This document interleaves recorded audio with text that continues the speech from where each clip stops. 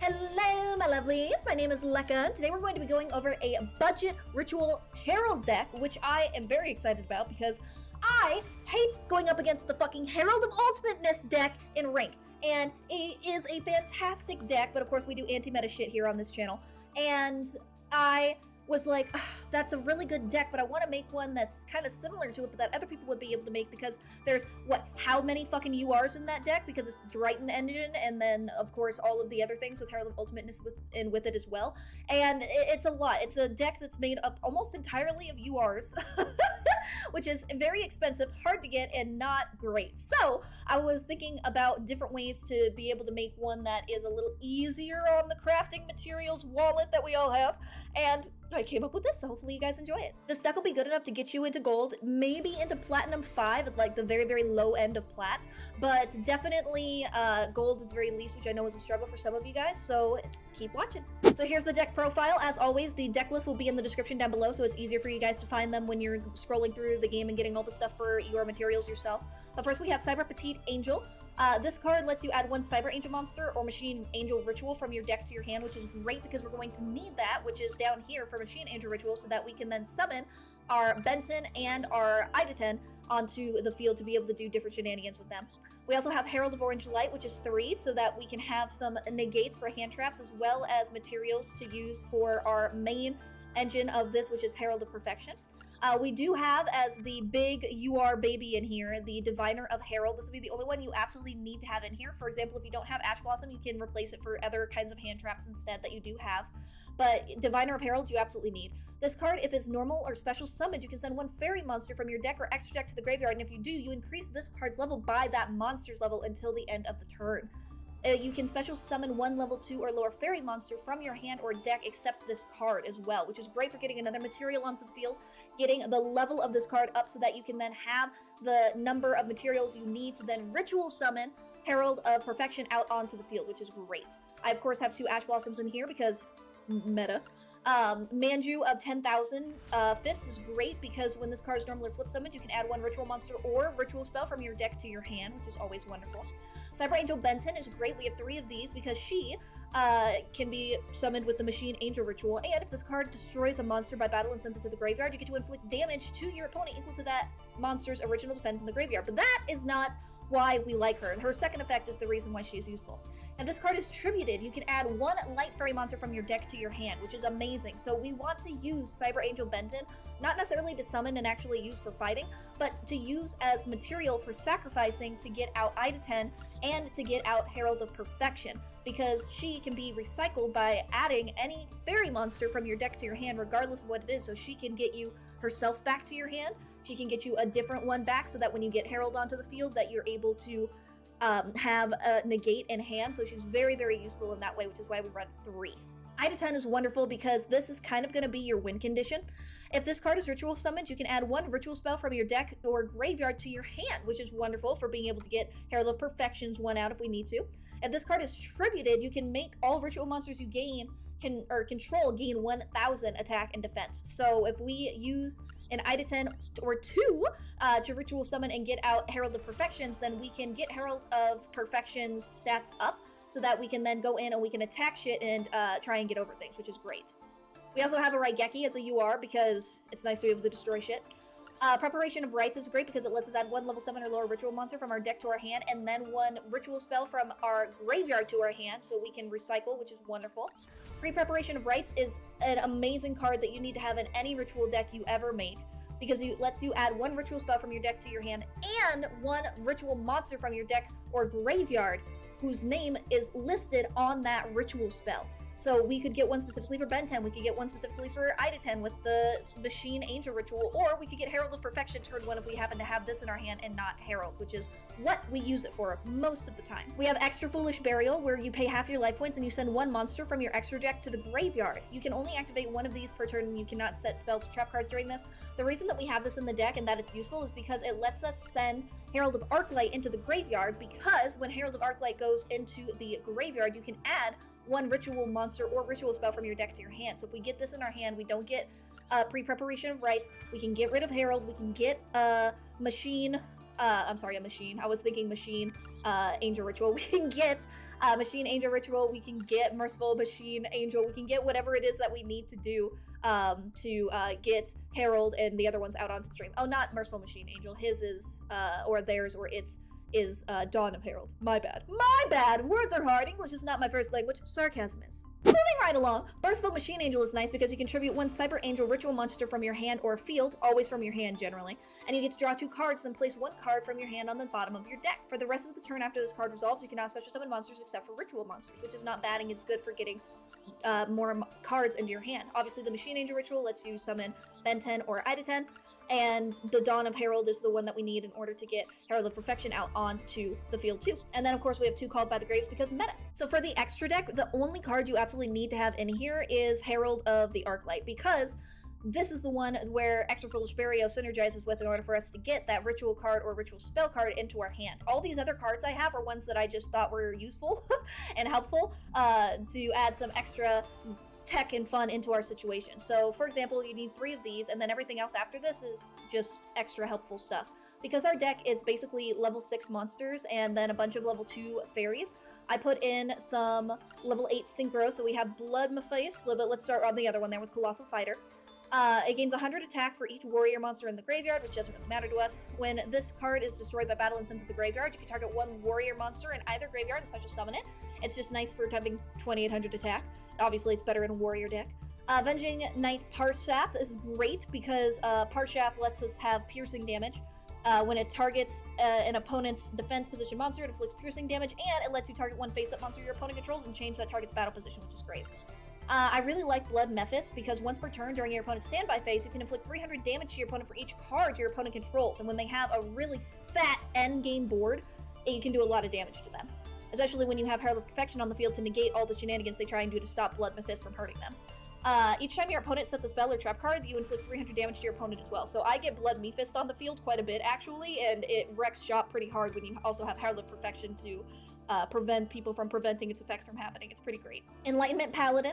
If this card is synchro summoned using a Magician, Palagilla monster, it doesn't matter because we're not going to do that. You can inflict when this card destroys an opponent's monster by battle, you can inflict damage to your opponent equal to that monster's original attack. So that's nice just for getting some extra damage off early on in game. We have Swordbreaker. Once per turn, you can detach 1 Xyz card from this to declare 1 monster type. This card gains the following effect. At the start of the damage step, if this card battles a monster of a type that has been declared, you can just straight up destroy that monster, which is good for getting rid of things that you can't get over attack-wise the other way.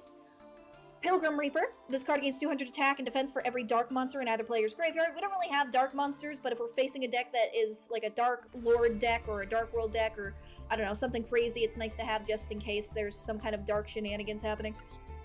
Number 39, Utopia Beyond. If this card is actually summoned, the attack of all your monsters you control currently become 0. Your opponent controls currently become 0. Once per turn, you can detach 1 material from this card and then target 1 face-up Xyz monster you control and 1 Utopia monster in your graveyard and banish the first, and if you do, special summon the second, then game 1250.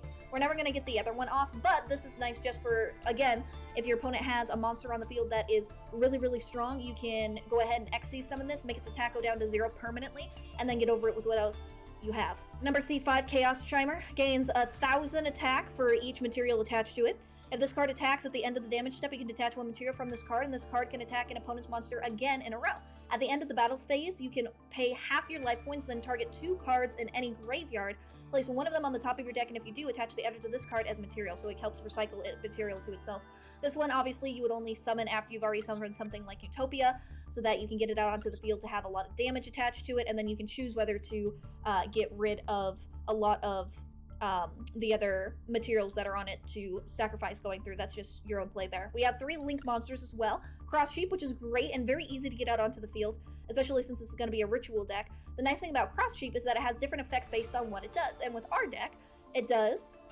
With ritual ones, you get to draw 2 cards, then discard 2 cards. For synchros, all monsters you control gain 700 that it equates to in the bottom left and bottom right. And Xyz monsters, all monsters your opponents control lose 700 attack, which is nice. So Cross Sheep is a cute little add-on there for the tech. It dies pretty easy, but it's nice for card generation early on. I have Decode Talker. Gains 500 attack for each monster that it points to. When your opponent activates a card or effect that targets a card you control, you contribute 1 monster this card points to negate the activation and destroy that card, which is really, really nice. It's another negate and also very strong as well. Nice, nice strong. And we also have Decode Talker extended. Gains 500 attack for each monster that it points to during the battle phase. If a monster this card points to is destroyed by battle and sent to the graveyard, this card can make an attack a second time during the battle phase. So it's just situational on whether you want to have Decode Talker or Decode Talker extended. Usually you end up having Decode Talker just because of the extra negates, but it depends on what your board looks like, of course. And these are the ones that I just happen to have that I threw in. But again, the only ones you need to have are the Herald of the Arclight, and the rest you can put in to just kind of be whatever you need. I actually do really recommend putting Blood Mephist in here because I use this one the most of any of my other cards that I have in my extra deck, and it just works really well with the way that all of this is, especially with the negation shenanigans that Herald of Perfection provides to allow Blood Mephist to get its little bullshittery off for extra effect damage to your opponent. Well, we don't get to decide whether we go first or second, but obviously, like any other deck, if we had a choice, we will have wanted to have gone first. Magician Salvation! Aww, so they're doing a Dark Magician deck! Oh, this card art is just fucking adorable, by the way. Absolutely love that. But nice, it makes sense. They have, I mean, Chaos as their icon over here. And so, oh, our hand is looking pretty damn good. We don't even need Manju because we have pre-preparation ritual rites here, which is great. So we're going to go ahead and we're going to play pre-preparation of the ritual and see what they do in response. Nothing! Fantastic! Alright, we'll go ahead and we'll get our Dawn of Herald in addition to our Herald of Perfection. Blimity blamity blooty, swoogity swooty. Foxy's coming for that booty, just like I am. Alright, so we're now going to normal summon our Diviner Herald and use its ability so that we can go ahead and send our Herald of the Arclight into the graveyard. Assuming that they don't do anything to stop our shenanigans from coming on through. But we'll see what happens. I'm assuming you're going to Ash Blossom or Maxi. No! Okay. Well, select a card to send to the graveyard. We're going to go ahead and send our Herald of the Arclight. Use its ability to go ahead and grab another thing. Unless this is when they decide to draw the line. But if they had an Ash Blossom, they would have done it a while ago. Otherwise, I'm heckin' concerned for them. Okay, looking at our hand, we already have Machine Angel Ritual. I would much rather have Benten so we can get some recall for more monsters to add into our hand. So we're going to go ahead and... Oh, I can move it side to side because my hand's so big. Okay, we're going to go ahead and do Dawn of the Herald. Bitch, what do you even have? What are you even doing here? What are you even doing here? Why do you keep pausing and reading? I mean, reading is fine, but just... The amount of pausing that's happening is just sadness incarnate. Okay, so we'll go ahead and we will get rid of our freaking frackin' shenaniganry here. Always put Herald of Perfection in defense mode. Always. Because its attack is really low, but its defense is what you want to have be because it's hard to get over. We're going to use Diviner of Herald's effect in the graveyard, as well as Dawn of the Herald's effect in the graveyard as well. That way we can get Diviner back into our hand again, which is wonderful, and Diviner of Herald's effect still goes off in the chain as well. So we not only get Diviner back into our hand because of the ritual card's ability from banishing itself and getting another monster into our hand from the graveyard, which is wonderful, but it also still lets us add a level 2 or lower fairy monster from our hand or deck. So boom, shaka-fucking-laka. We'll go ahead and if we're going to special summon something, we might as well special summon another Cyber Angel Petite, since I don't really need it. But we'll go ahead and use its ability to grab another monster from our deck. It doesn't make any sense for us to use Herald of the Orange Light, since it's essentially just a negation hand trap. We'll go ahead and we'll select Ida-10, so we have some other options in our hand here. And then I'm going to go ahead and use Machine Angel Ritual so that we can summon Ida-10 by using Benten as material. Because our turn ain't done here yet. So we're going to go ahead and we're going to special summon Ida-10. And we're going to use freaking frackin' cutie little Benten here as material for it. Shablamma-rammy. Come on out, Ida-10. Shabba-ba-ba! Love to see it. Activate the effect. Absolutely. Activate the effect. Absolutely. Boom shakalaka. Oh, they finally did something. Discard 1 Destruction Sword card. Special summon 1 Buster Blader monster. Okay. So they're gonna be special summoning a Buster Blader? No, you're not. You freaking ding-dong. I refuse! This is exactly, you should have done this before I got my negate onto the field. How are you in gold 1? Every Dark Magician in your monster zone is unaffected by the opponent's card effects. If this level face-up card destroy all monsters on your side of the field. You realize I can just negate that again because I don't need Manju at all. And neither of those are going to happen. Alright, I feel like I'm being overly critical of Classy Blaze here. They could have just misplayed up to this point and they're trying their best. And they surrendered. So, you know, GG Classy Blaze, GG. Oh, we get to go first this time, let's go! Although going second last time wasn't too bad because luckily they didn't have too much happen. But, we'll go ahead and get our negates on the field before they can do anything crazy! As is tradition. Oh! Alright, here we go. Okay, we have a lot of synergy and potential here, so what we're gonna do first is we're gonna do Extra Foolish Burial. We're gonna do 4,000, and we're going to send, obviously, Herald of the Arclight into the graveyard, and they didn't have anything to stop us, so we are free to combo the fuck off, which is great. Alright, we're gonna go ahead and add Herald of Perfection into our hand, and then we're gonna play Manju, so we can use his ability, so that we can go ahead and get our beautiful Dawn of the Herald into our hand as well here.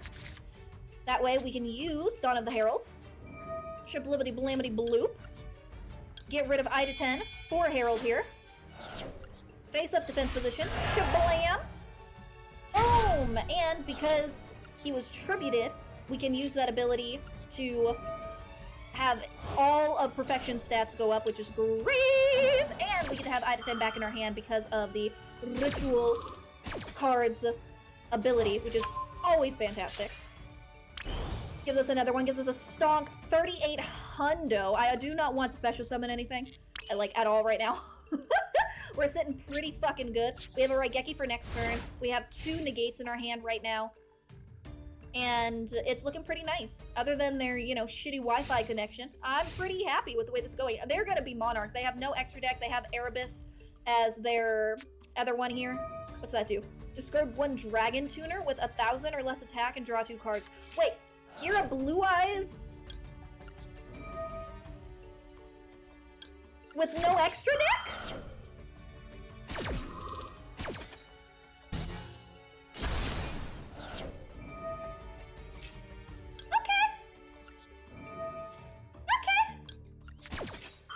Sure. Okay. It's gonna be a hard no from me. I'm not gonna let you do either of those things. Each player draws 1 card, and then each player discards 1 card. Well, to be honest with you, my negates are much more important than... Bruh, I was gonna get rid of Raigeki, so I had another negate. Okay, well, you know what? I'm not gonna complain, because this is about to get my ass back into Plat 1, so fuck it. Let's go. One more time. One more. Okay, Amber. I appreciate you being here. Amber, I'm going to go first so I can get my negates on the field. You are going to sit there with your beautiful little bunny helper, little beepo dabby boy, and we're gonna go from here as Mr. Master Chief over here on my right side, right below me from where you guys are watching. Encourages me forward. Okay, so we're going to do pre-preparation of ritual rites, as is tradition. And no, we're not going to Ash Blossom ourselves. Jesus fucking Christ. Okay, we are going to draw both of our Heralds of Perfection in hand, which is awesome. What does this one do? Tribute 1 Cyber Monster, which I don't have, which is fine. Okay, so we are going to do Cyber Angel so that we can summon it. Specifically, so that I can use its ability to grab... No, we're not going to Ash Blossom ourselves. We can grab Ben 10, or do we want Ida 10? I kind of want Ida 10, actually. That way I can have a little 3,800 onto the field here. So we're going to do Dawn of the Herald. And then we are going to special summon, obviously that one. We're going to do Ida 10, so we can have it have 3,800 and make it pretty darn hard to get off of the field. Boom shakalaka. Shablam! We're going to use its ability. Boomy boomy. Activate the effect of it. Yep. That way I can get it back into my hand. Hello, Ida 10. Would like to draw you back into my world. Wonderful. Go ahead and put that one in there. And what's it want me to special summon? Crush Sheep? Absolutely not. Tribute 1 Cyber Angel Ritual Monster from your hand or field. Draw 2 cards and place 1 card from your hand on the bottom of your deck. Okay. Do I really want that right now? I already have 2 negates in hand at the moment, and a pretty vulnerable Cyberbatite Angel, which is okay with me right now. So I'm feeling pretty good about this. I'm gonna keep my 2 negates in hand. I'm gonna hang on to it, and we're gonna go and let them have their turn. I have a 3800 just chilling on the field. I have my little Cyberbatite Angel looking so heckin' cute. And now let's see what Amber's deck is. Only 9 cards in the extra deck. Interesting. Lightning Storm. Okay. No, that's fine. That only gets rid of attack position monsters. So, I don't know if you know how Lightning Storm works. But alright. What's that one do? All monsters on the field and in the graveyard become zombie monsters. And neither player can tribute summon monsters except for zombie monsters. Does that affect me in any way? Not really, because these are all still ritual cards, even if their type becomes zombie, so I'll let that go through. Because that doesn't bother me. That's fine. I mean, as soon as you, like, get something that's actually a problem out, then I'll do a negate. Okay, you can target one face-up monster in the field, discard 1 card, and if you do increase that card's level by 1. I see you being a tuner trying to do things. And activate shenanigans. We're gonna just do a hard no on that. I can actually just Ash Blossom you, which is great, because that means that I don't have to waste one of my negates from Herald of Perfection. So that's nice. Alright, I see that you're trying to do something here, and that's gonna be a hard no for me there, fam. Yeah, I'm gonna have to have you go straight into the no. And get destroyed. Alright, and that was your normal summon, so your turn, my darling. Your move, Amber. And phase, that's what I like to see. Oh, okay. We have another Herald of the Orange Light. Interesting. It's a tuner, but I don't really need that to go out on there. I don't have another machine monster. I could put it in an attack position, but that would make me vulnerable to more stuff. I would honestly rather set this here to make them think that I have something crazy, and go ahead and end my turn. And then let them try and do other shenanigans from here. You want to Monster Reborn that. No, go for it, dude. You waste your 1 Monster Reborn on that. I'm fine with it. As soon as it tries to do an ability, then I'm gonna get rid of it. Yeah, that's gonna be a hard pass from me there, fam. I'm gonna have to Herald of Orange Light that and say, heckin' no. Oh, I actually shouldn't have Herald of Orange Lighted. I should have, just used this one's ability, because then I would have had 2 negates in hand, so that was a dumb play on my end. A misplay, rather. Okay, I do have Herald, though, so we are going to play our little diviner here. We are going to have her get rid of... Boom, boom! A little Herald of the Arclight, so that we can go ahead and grab Ben 10 into our hand. Because that's definitely who we want to have out here right now. We could Xyz, but I'm definitely not going to. And instead, I'm going to use my Merciful Machine Angel, because having them go to the graveyard, very nice. We'll go ahead and we'll put the other Ben 10 on the bottom of the deck, that's okay. This will allow us to get another card from our deck to our hand, which is perfect, because I want to have another negate in hand. So this is really, really good. We now have 2 negates in hand again from my fuck-up, which is perfect. So we'll go ahead and we'll battle. Boom, we'll get rid of it. I have no idea what that does. If this card is sent to the graveyard, you can banish this card. Yeah, well, whatever that's doing, I'm gonna just have to Petite Angel that and say no. Oh, they have an Eldritch. Okay. Yeah, we're definitely activating the effect to, you know, have that not happen. Unfortunately, I have no more negates. I would have had 1 more negation if I hadn't been dumb and used the Herald of the Orange Light earlier, but this is still very much winnable. It just kind of depends on what it is that ends up getting into our hand. I didn't realize that this was an Eldritch deck with the way that Amber was playing, so interesting. Interesting, interesting. I know that we can still win this, because even with Eldritch's ability to get up to 3,500, it cannot get over my Herald of Perfection. Doom King Bocklord. What the fuck is that? During the standby phase, if a face-up card you control in your fiend zone, you can quick summon this card in defense position. Oh, that's cool. Once per chain, when a zombie monster activates its effect, you can apply one of these effects, negate that effect, or banish 1 monster from the field or graveyard. Oh, that's cool. So it's like a negation to the negation with Zombie World out. Good to know. Good to know. Hi, Kiki! Awesome! Let's go! I have no idea what you think that's gonna even remotely do, but okay. That's not a negation. That just lets you summon an Eldritch monster. That's also now going to get destroyed by Raigeki. Oh, because you special summon this monster once per chain. When zombie monster activates its effect, you can apply one of these ones instead. Oh, okay. Interesting. Gotcha, gotcha, gotcha. Got it. Okay. We're actually real vulnerable right now. Unfortunately. Banish one monster for the field or graveyard. That's gonna be us. Yeah, that's on me. I just blew through my resources and I did not do resource management very well. So they 100% deserve to get this win here. That was very well played on Amber's part. I didn't manage my hand as well as I should have, and I got punished for it as I should have. But we still won those other first 2 games, and I'm very happy with this. This deck is very fun.